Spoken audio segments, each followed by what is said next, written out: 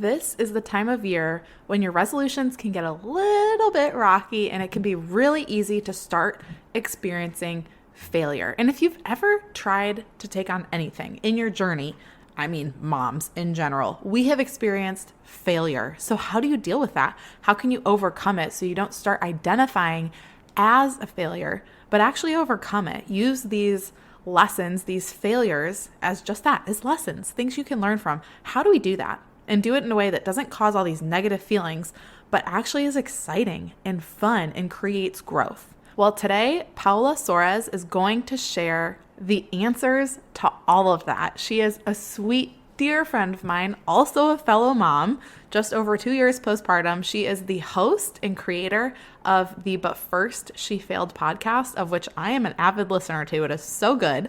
It's a top Apple Podcasts in entrepreneurship. It is so awesome. I think one of the best ways, oh my gosh, tangent, here we go.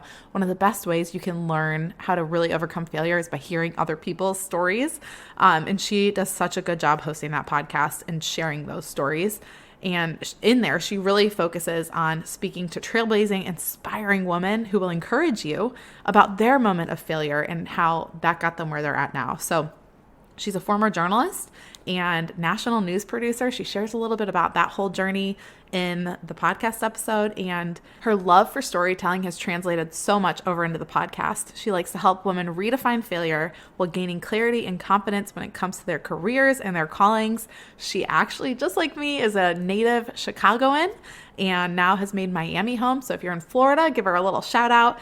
And again, she's a mom, she's a wife, she's a woman of God, and she's a sweet, dear friend. So I'm so excited for you to hear this episode all about overcoming failure in your journey and in your life.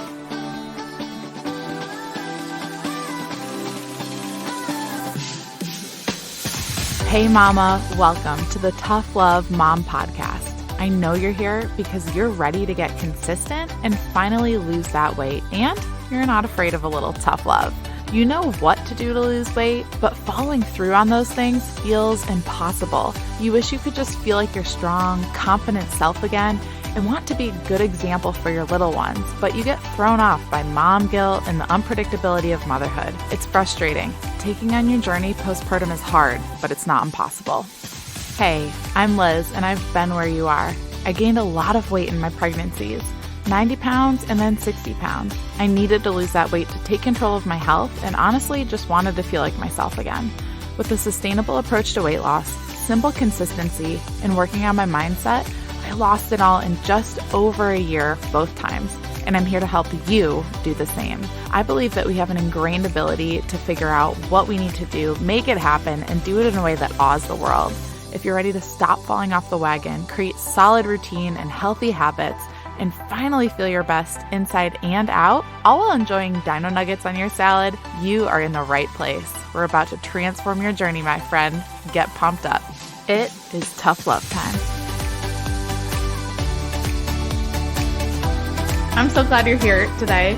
I want you to tell the listeners about your motherhood journey so far. And we're going to get into everything that you teach and talk about, especially around failure, because it is such a timely message around this time of year, because this is when people start to fall off of those resolutions and their journey. Yeah. So I can't wait to hear what you have to say about that. But can you share about your journey so far as a mom, just as a woman, specifically that first year and a half-ish, and some of the struggles that you personally faced? Because I just think it's good for moms to go, oh my gosh, I can so relate to her. So Yeah. Well, first of all, Liz, thank you so much for having me on. I'm so excited to have this conversation. Yes, guys.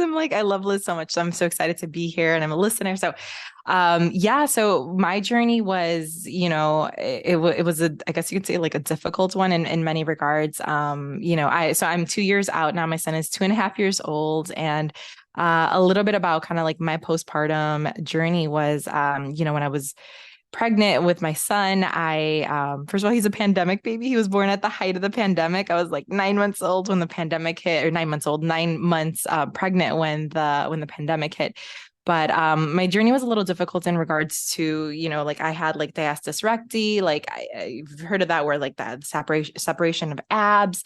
So it was really hard to kind of like maintain the weight of the belly. And I also gained 60 pounds on my pregnancy, I think a little over 60 pounds. So, it was quite a journey for me actually. And then, postpartum was I had a C-section as well. And I would say it wasn't an easy journey by any means. Just because I had gained so much weight and I think I was so unmotivated and, to lose that weight for me, it was a huge, huge struggle. I've mentioned this to you before, right? I think, I had always kind of had this fear of like gaining this weight when I was pregnant and not being able to lose it. And I think that, went into my postpartum journey where I was like, how am I going to lose this? It seemed like an impossible task. It seemed like, how am I ever like, I'm just going to stay at this weight. That's what I thought my reality was. Like, I'm going to stay at the 60 plus pounds for the rest of my life. And that's just going to be my new norm, which was crazy now that I think about it. I'm like, that's literally what I believed. But yeah, so I had gained that weight and it was hard for me. And one of your episodes, Liz, I think I mentioned it to you, actually really, really was kind of a little bit of a game changer for me and really resonated with me. Cause you talked about like, mind you, I'm giving myself grace because a lot of things happened. I started, my podcast, the business, all the things in my postpartum journey. But in one episode, it was really hard for me to get motivated with like losing the weight. And I remember there was one specific episode where you talked about like apathy. You're like, you can't be apathetic in this journey. But then also gave a disclaimer in that episode. And I remember you talked about, but, postpartum depression is a real thing.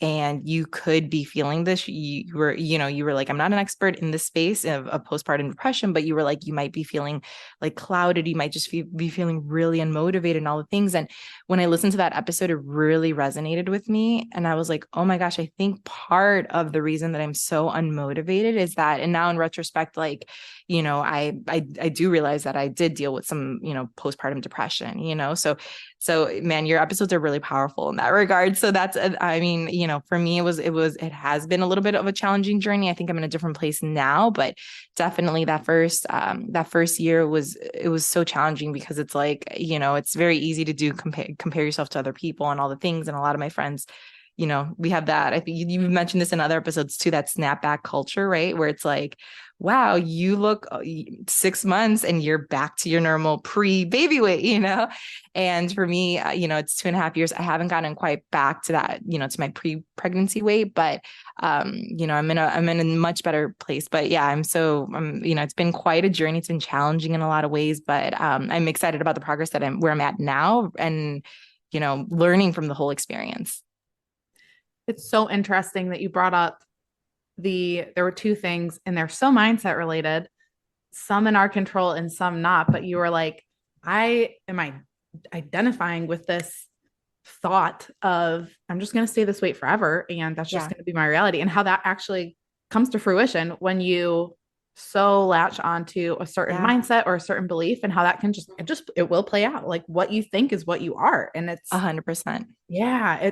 And so I think it's important to be able to check our minds, but like you said, and I brought this up on the 1 year anniversary episode, I think, or maybe I've recorded so many episodes lately going into the holidays. I don't remember which one it was. It might not have even aired yet.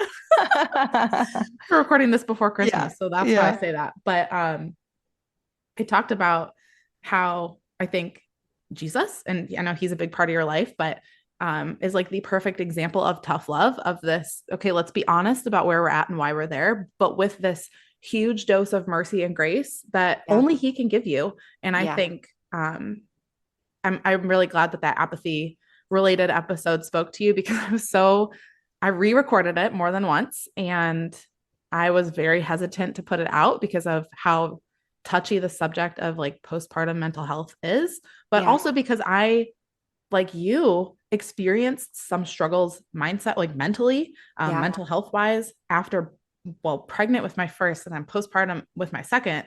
And I did not realize it until after the fact both times. Right. And I think and so for me, I'm like, and I was never diagnosed with anything. It was never to the point where I needed a ton of support, but I recognized it in the moment. I probably would have been able to get out of that season a little quicker and healthier. Yeah. Um, Yeah. so I'm Yeah. really glad that that spoke to you and that balance was there of Yeah. let's be Yeah. honest, but let's address it. Yeah, and it actually gave me a lot of grace. Like when I heard that, I was like, it was like, whoa, because I had really been beating myself up. I'm like, why Yeah. can't you get it together? Like, why aren't you waking up earlier? Why aren't you getting back into like the gym or working out or all the things?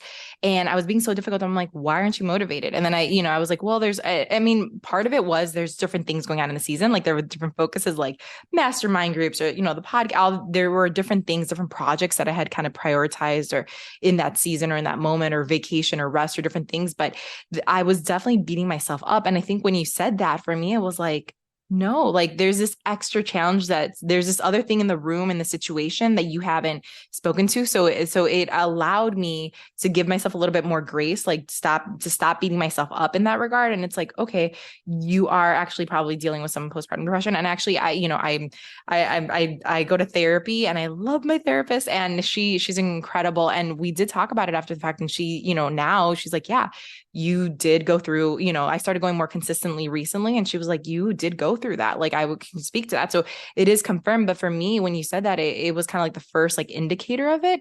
And it was kind of like, wow, like it was really refreshing is what I'm trying to say. Like because you said that, it allowed me to give myself grace. And I think the grace that I gave myself allowed me to give the space. And then I eventually did get motivated and into the gym and doing all the things. So for me, it's been so helpful. Yeah, when you can recognize that and call it out, and then you can actually Yeah. do the things to address it. So much And power. it doesn't need to be this hard on yourself all the time. I think people get like the wrong Yeah. picture of tough love or Yeah. consistency or discipline because it can Yeah. seem like this hard thing when Yeah. really it's let's approach what's a struggle right now Yeah. and deal with it. Yeah. Something you brought up about your pregnancy was you had this big fear around gaining a lot of weight and not being able to lose Yes. it. And I Yes. think a lot of that can be rooted in having this fear of failing at something, right? So, can Yeah. you share a little bit about how you overcame that, but also what other women can do? Because you speak into so well the area of failure and our mindset and how all of that plays together.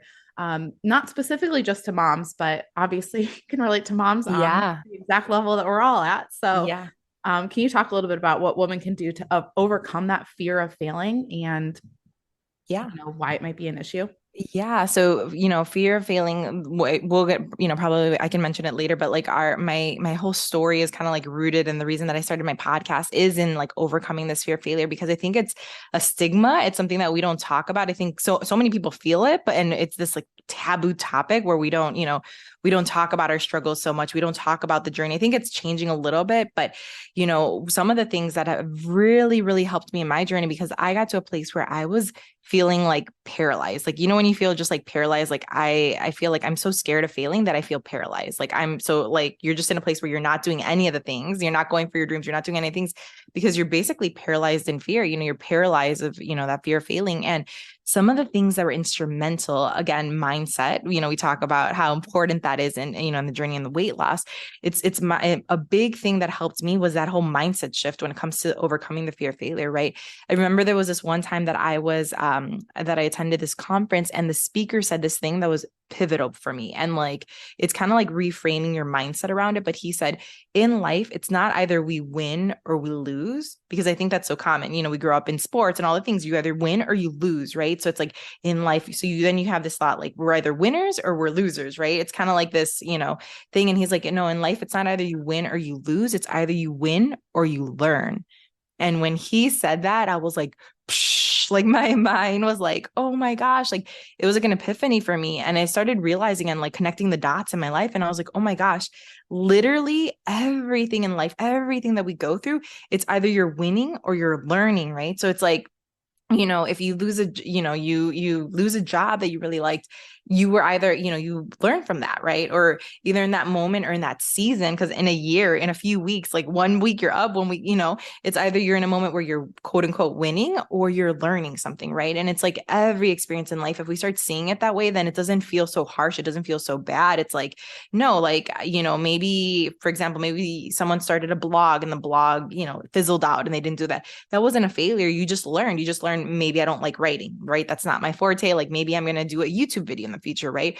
Or you took a job and you ended up resigning, or you were let go from the position, but then you know what? You learn, that's not for me. Maybe public relations is not my thing. Maybe I'm a really chatty person, but PR is not for me. You know, you're always learning, right?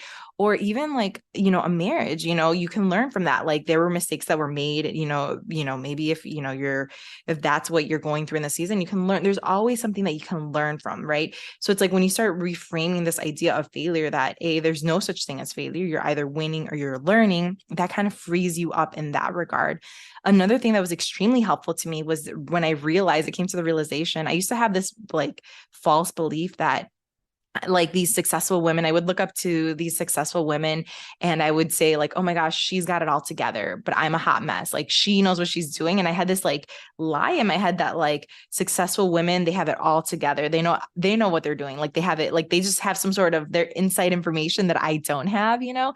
And then, you know, when I was going through my journey, my healing journey of a moment that I felt like I failed, I remember I started reading all these autobiographies and learning about all these women. And I started realizing, oh my gosh, every single successful woman that I look up to, every single successful person that is, you know, everyone that we read about in the news and all the things, the CEOs of these major companies, the world's richest people, the fitness expert with like 20 million followers, all these people that we look up to, they all have had setbacks in their life. They all have had quote unquote moments of failure, right? Whether it's in their business, in their careers, in the personal life, there's so many areas, but it's a lie. It's just that we don't talk about these things, right? It's like people don't usually highlight those moments. And for me, another pivotal thing that was really helpful was, you know, in kind of destigmatizing that idea and kind of reframing that and seeing the power when we reframe it of what can happen was, I remember I read an article about Sarah Blakely, the founder of Spanx.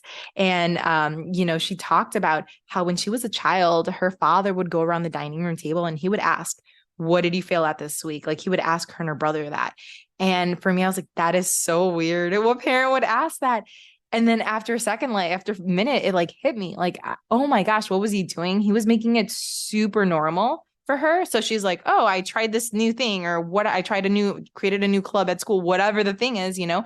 But what was he doing what was he doing? He was making it so commonplace, like, hey, it's part of everyday life. You're gonna like, you try something and you fail, but that's where I want you to be. And which is probably one of the reasons why when she was in her 20s and she went to go take her LSAT and she didn't pass, she quickly was able to pivot and then start Spanx, you know what I mean? Like this massive brand.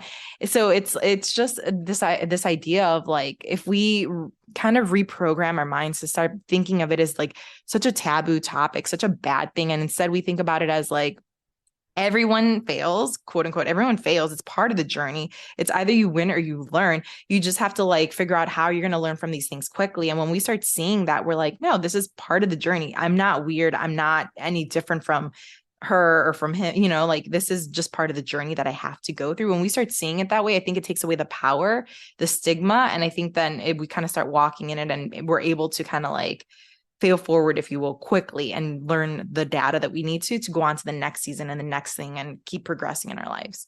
Yeah. I mean, you apply that to your health journey and it's literally this concept of, oh, I had a really bad day with nutrition, which maybe that happened over the holidays. Okay, well, what do you do the next day? Or what do you do when you get home? Is it going to be still off track? Or are you just going to go, okay, like that was a season. I was traveling. I didn't have a ton on hand. I also was just kind of lazy about it. Maybe that was part of it. Maybe it wasn't, but just saying there's so many factors and it takes the emotion out of failing. And what's so crazy, I was smiling when you were talking about Sarah Blakely growing up and what her dad would do. And even though you win or you learn, because my oldest is 4 and he literally, we already are having these conversations. Wow. For him, everything's a competition. I mean, he's like, who's going to, we'll go to put pajamas on. Who's going to get there first? I beat him sometimes, not every time. I'm not that mean, but like, there are genuinely times I'm like, he's going to lose. Yeah. Not to like, you know, mentally, but I want to have those opportunities. He's not going to win every time. He needs to know that, but he also needs to know what it feels like to lose or fail, quote unquote, because in those opportunities, it's good for him to go, okay, like life isn't going to be easy for me, but you know, in your head, you think it's going to feel like this horrible, horrible thing. But if you can experience that failure or that losing, Mhm. whatnot, and go, okay, it's not as bad or as dismal as I thought it would be. Right. And there's many times too with him where he's like, oh, I made a mistake, or this went wrong, or I didn't do this right. Not all, not all the Yeah. time, not the self-critical, but Yeah. when he has these, when he's recognizing things like that happening, it's a beautiful opportunity for me to be like, well, you learned from that mistake, right? Or if he makes Yeah. a choice that's not a great choice and Yeah. the parenting moment, Yeah. I can tell him, I'm not mad at you. I'm not upset with you, but I want you to learn so this doesn't happen again. Because Right. it's, you're not bad for doing this.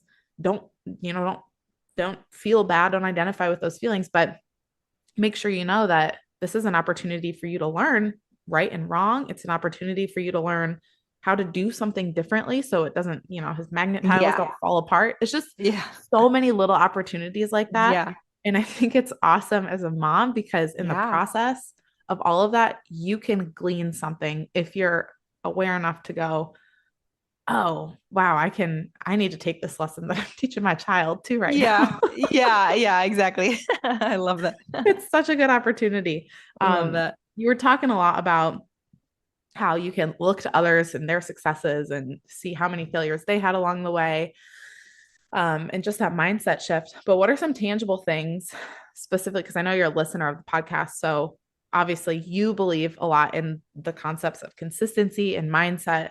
Can you talk a little bit about how those play into our confidence Yeah. and why it's so important to put those into practice, even if there's failure along the way? Um, Gosh, you brought up all those great examples of failing, but I think there's so many just in our day-to-day lives. Like you feel like you're failing as a mom. Oh my Yeah. gosh, you didn't work out. Yeah. Just so many opportunities for us to experience that failure. So how do you respond to it? And why does I think both our consistency in how we respond to failing, but also our like tangible consistency in what we're doing to better ourselves play into confidence?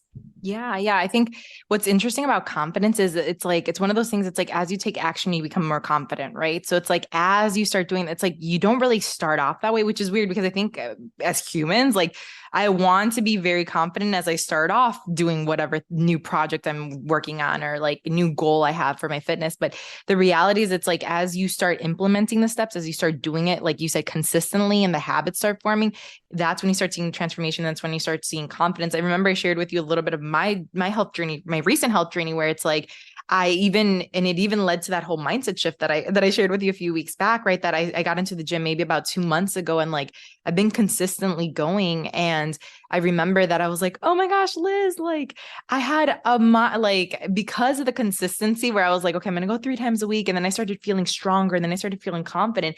And then one day I was at the gym and I was like, oh my gosh, I feel so strong. Like I was like, I feel strong again.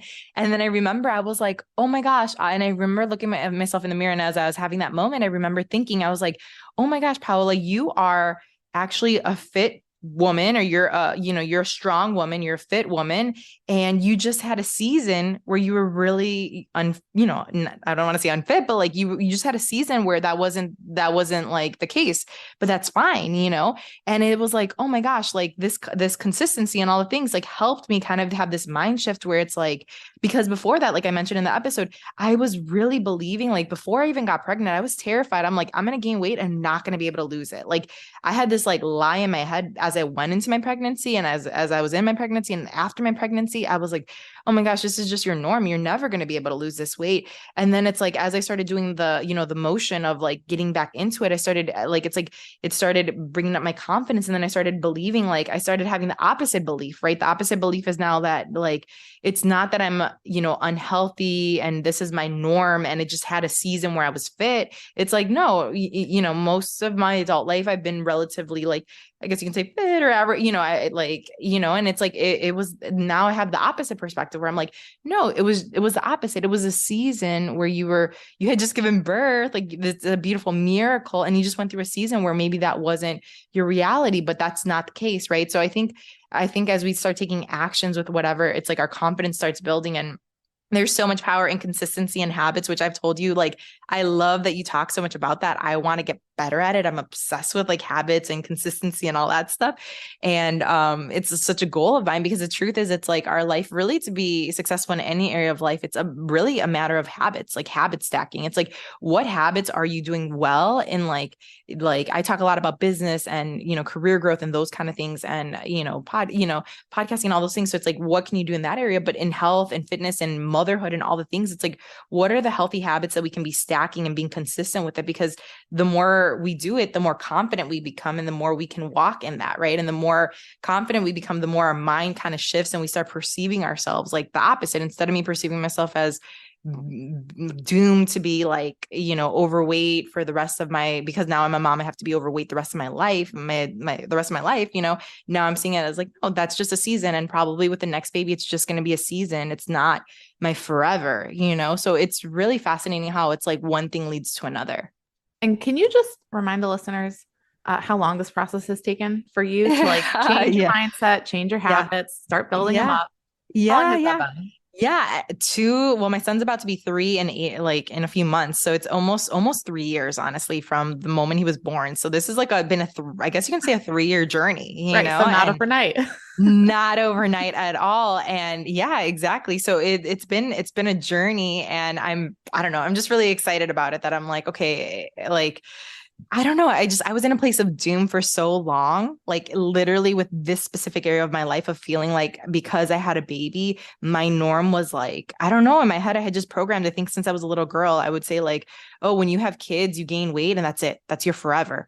And I was in this place of like, that was my truth. And it was so like doomed that I feel it's crazy that I feel on the other side of it. Like that doesn't have to be my truth, like and I'm not where I want to be, but it's more so the mindset that doesn't have to be, that's not true. Like I'm not doomed, Yeah, man, I'm fascinated by this like belief that you had before even having kids. You said you've had it since you were a kid. So I wonder if it's something you saw in like around you in life. It's like, oh, they have babies, they didn't lose the weight. It's just how moms are.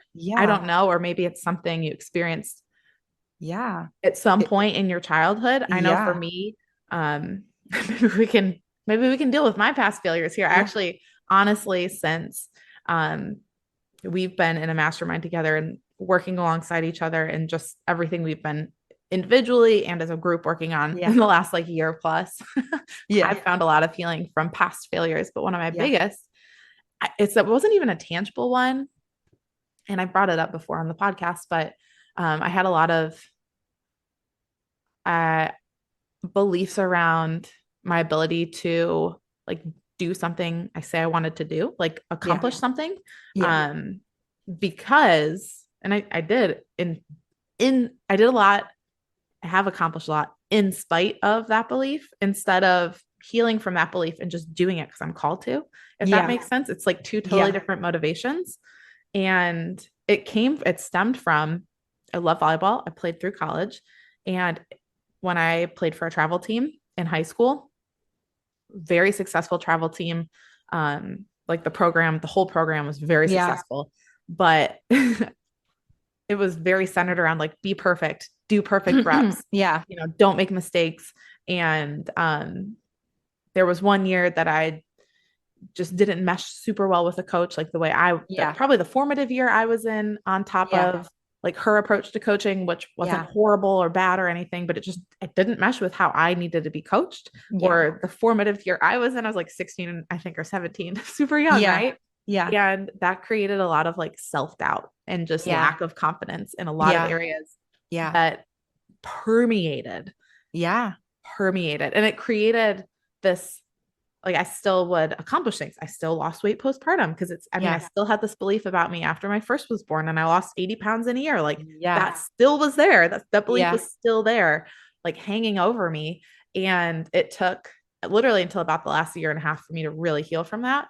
But do you have any way for moms to, and I wish it hadn't taken me so long to recognize what it was and actually work through it.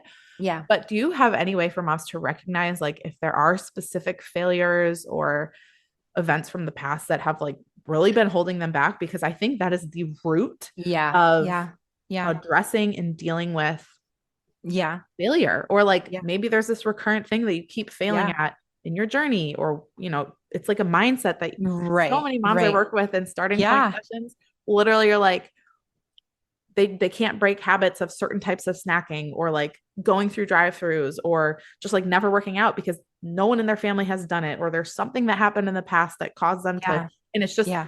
if you can identify that, that's when change can actually happen. So how do moms identify what Yeah. those past failures were and how Yeah. they can move forward? That's an incredible question. I think what the root of that question is, it's really a limiting belief, right? I think there's so many times that like even failure, like this like fear of failing, that's even a limiting belief, right?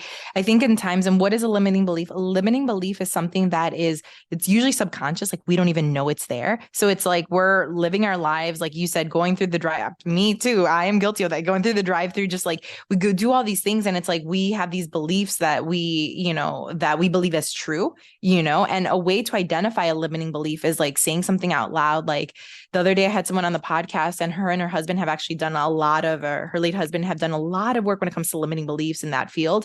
And she mentioned a statement, and she's like, if you say a statement, like say the statement, like, I am a monkey, and someone, you would repeat it like, I am a monkey. You just laugh. Like if you're I not like, did. this is a video, you laugh, right? Because you're like, that's not true.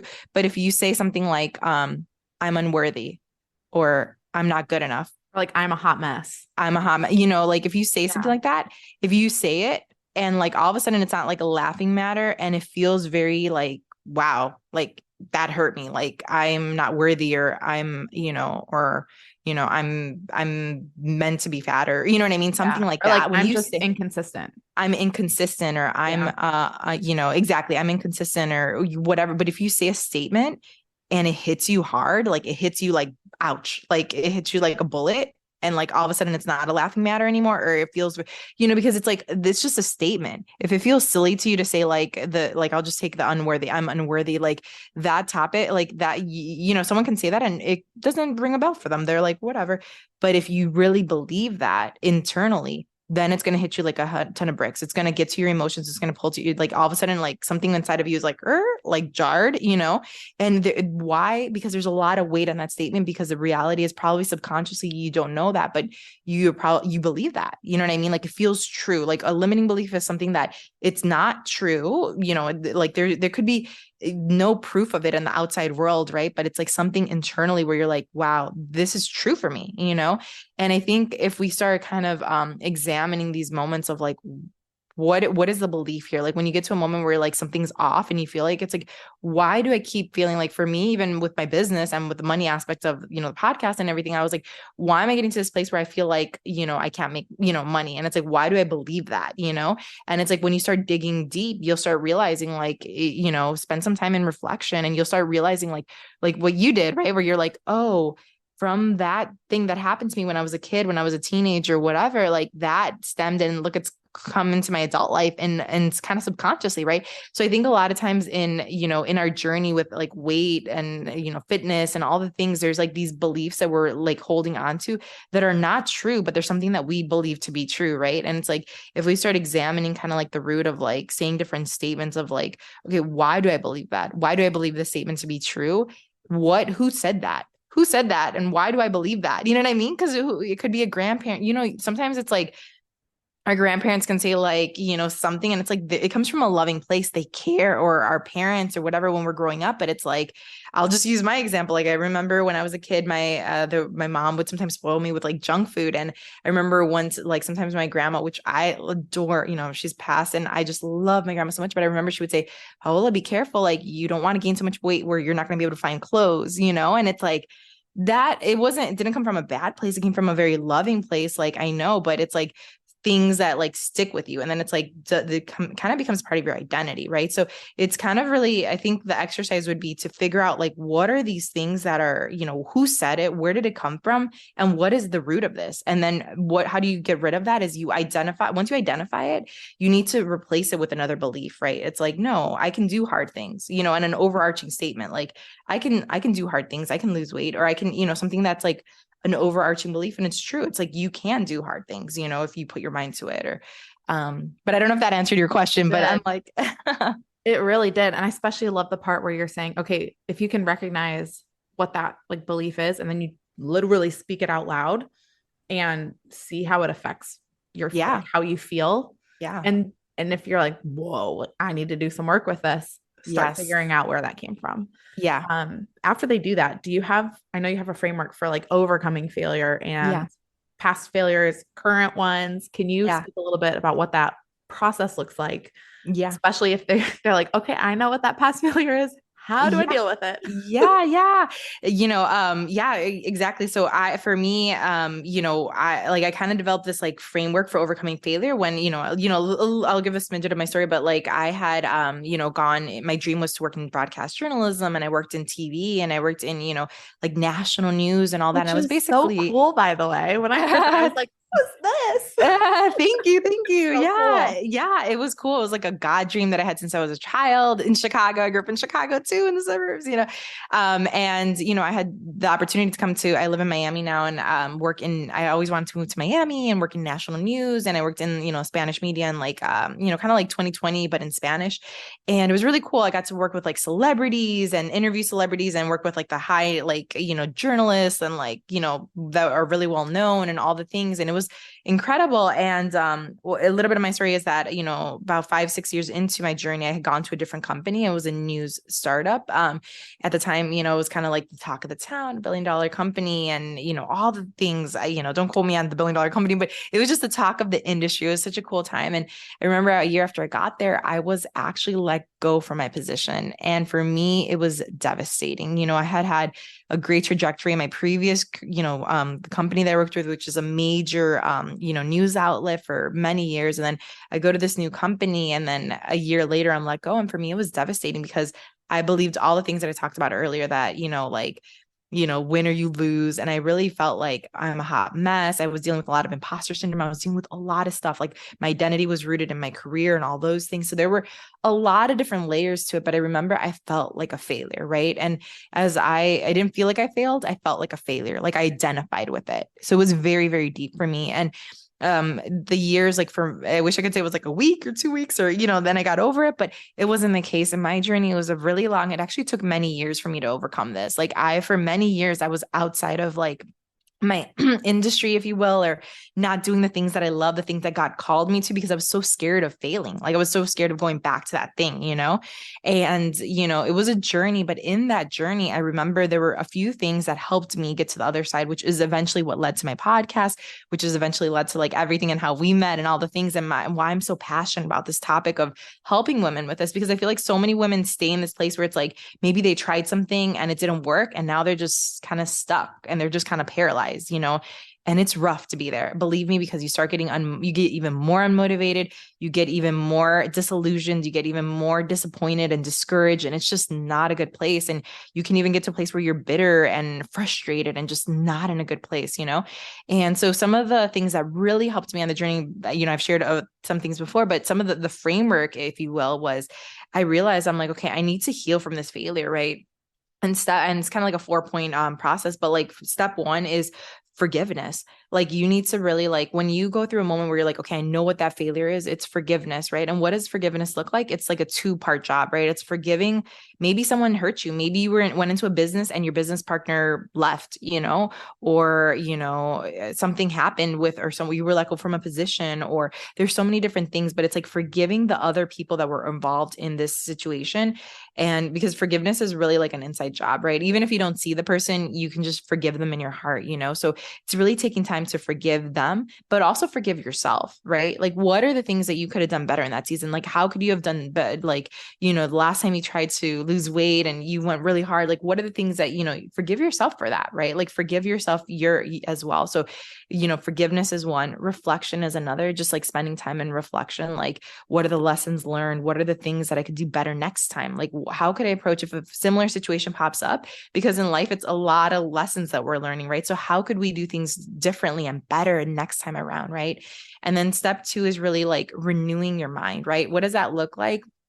for me, it was like protecting my mind, guarding my mind, right? Like, what's the media that I'm consuming? What are that's why it's important to be listening to podcasts like this, right? Like, if you are in a moment where you really, this is your goal, it's like, it's really important that you be renewing your mind. Get, not only in my life, it's like the word, like reading the Bible and spending time in prayer. But I would, in that season, I would listen to a lot of worship music. I would make sure that the content that I was watching on TV, the movies I was watching, like guarding your mind, like that's really important because when you are in a vulnerable place where you're like, you really believe those lies, like I'm unable to do these things, you're in a vulnerable place, right? So you have to really, really protect your mind, guard yourself. So renewing your mind is really important. Another step is community. Who are the people that you're surrounding yourself with? Are you surrounding yourself with people that are uplifting you in this journey? For example, if it's a health journey, are you around people that are like, why are you trying to lose weight, or why are you trying to be healthy? Who are you? Like all those things. That is, I'm not saying like don't talk to your family members, but I am saying put up boundaries, distance, you know what I mean? Like create a space for yourself and get into community with like-minded women. Like your community is great for that. It's like encouraging women, people that are speaking life over you, people that are encouraging you. Who are the people that are speaking into these dreams in these space, right? So that's number 2 in overcoming failure. It's step 2. And number 3 is dreaming, right? Start dreaming, like dreaming and inspiration it is, right? So it's like start dreaming, like what could your life look like if you restarted this, right? Like if what could it look like for example, in my case, it was like that career failure. Like what could it look like what is the next season of my life going to look like? What do I really want for my life? And start looking for inspiration, right? Who are the women that are already in that space, right? Like who are the women that are already working in that space, already doing that thing? Or maybe inspiring yourself with moms that are fit, like, you know what I mean? Like what are their routines look like? What is that life? Like, I want to be a healthy mom. I want to have a very healthy lifestyle. What is the inspiration that I can put around me that's going to inspire me to continue in this journey? Because it's hard sometimes. And it's like the more inspiration we can have, the more dream, the more we can cast vision, write things down, and really walk into that. That's going to really help us because, the Bible says, the people people perish for lack of vision, right? So it's like vision is very, very important, right? So that's step 3, kind of like dreaming and inspiration of what the future, what do you want, right? And then the last step for overcoming failure, the 4th part of it, is taking action and serving, right? Like we talked about earlier, the funny thing about confidence is it's really when you take action. Like when you start that program to lose weight, you're not going to feel very confident, but as you are in it, you're going to start gaining that confidence, right? So start taking action, because you did all this work, but it's like until you start taking action, you're not going to get that confidence to continue on the journey, right? So what can you do this week to start moving in that direction, right? After you do the forgiveness, reflection, making sure all these other things are intact, then it's like taking action and serving. And what do I mean by serving? It's like, how can you serve others? A lot of times the dreams that we have in our heart, it's not really about us. Well, I would say all the time, it's not about us. It's really about how can we serve our community? Like Liz, went through this process, and you are serving your community. You're serving all of us by sharing your story and helping us with tips and motivation and habits and all the things. And it's like you're serving. So this dream is bigger than just you and your family. This dream is about like you're helping hundreds of women, so it's like, how can we serve our community? Like when I was walking through that season, it's like serving at church, like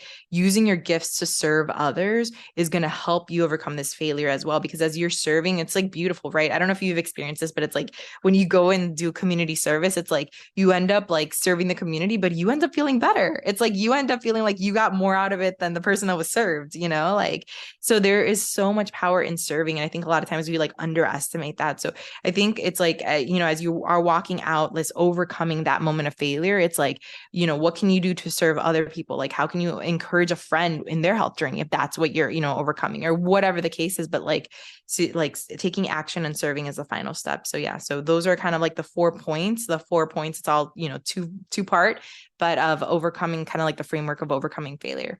Yeah, so good. And it's so tangible. Like that's doable. And I will, just speaking from experience, having pretty much done this process without knowing what the process was, probably in different order, because I was like trying to figure it out on my own. But that forgiveness piece, that very first piece, it takes the longest. At least it took the longest for me. Yes. And it's the hardest, honestly. It's the hardest one. It's the hardest one. I think a lot of times people want to skip over that because it's like, doesn't feel good. You know what I mean? Yeah, it's hard. You don't want to do it. So you're like, okay, I'll do the renewing, the community, the dreaming, all the other stuff. But then, but forgiveness is really key, because the truth is, it's like, that's your heart. If you can't forgive, then that's in your heart, and that's going to hold you back. You don't even know it's going to come out in ugly little ways, but it's like, when you're in the journey, that unforgiveness is going to pop up. So it's really important that you kind of like overcome that and put that to bed, and, learn what you got to learn from it, forgive. And then, cause it's going to free you. Essentially it frees you into your future and your purpose, Yeah. It's literally like not addressing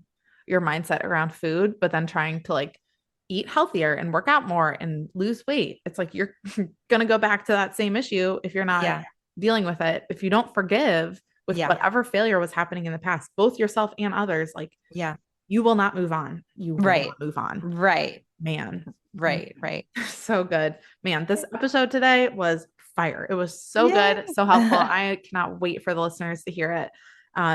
So where can everyone find you, listen to the podcast, follow you, learn more about overcoming failure? Yes. So you can find me at, my podcast is called But First She Failed. And it's like a play on but first, she's so successful, all the things, but first she failed. Because as we all learned today, right? Every successful woman fails. It's just part of the journey towards success and purpose. So you can find me anywhere where you listen to podcasts at But First She Failed. Also, my Instagram is But First She Failed. So you can follow us there for community, and my newsletter is on, my website, all that. So, but I think the best place to find me is on the podcast. So hopefully you guys will come on and join and listen for some mindset, overcoming failure, all that kind of stuff, like overcoming limiting beliefs and all the things we talk about there. I'm an avid listener. It's so good. It's so good.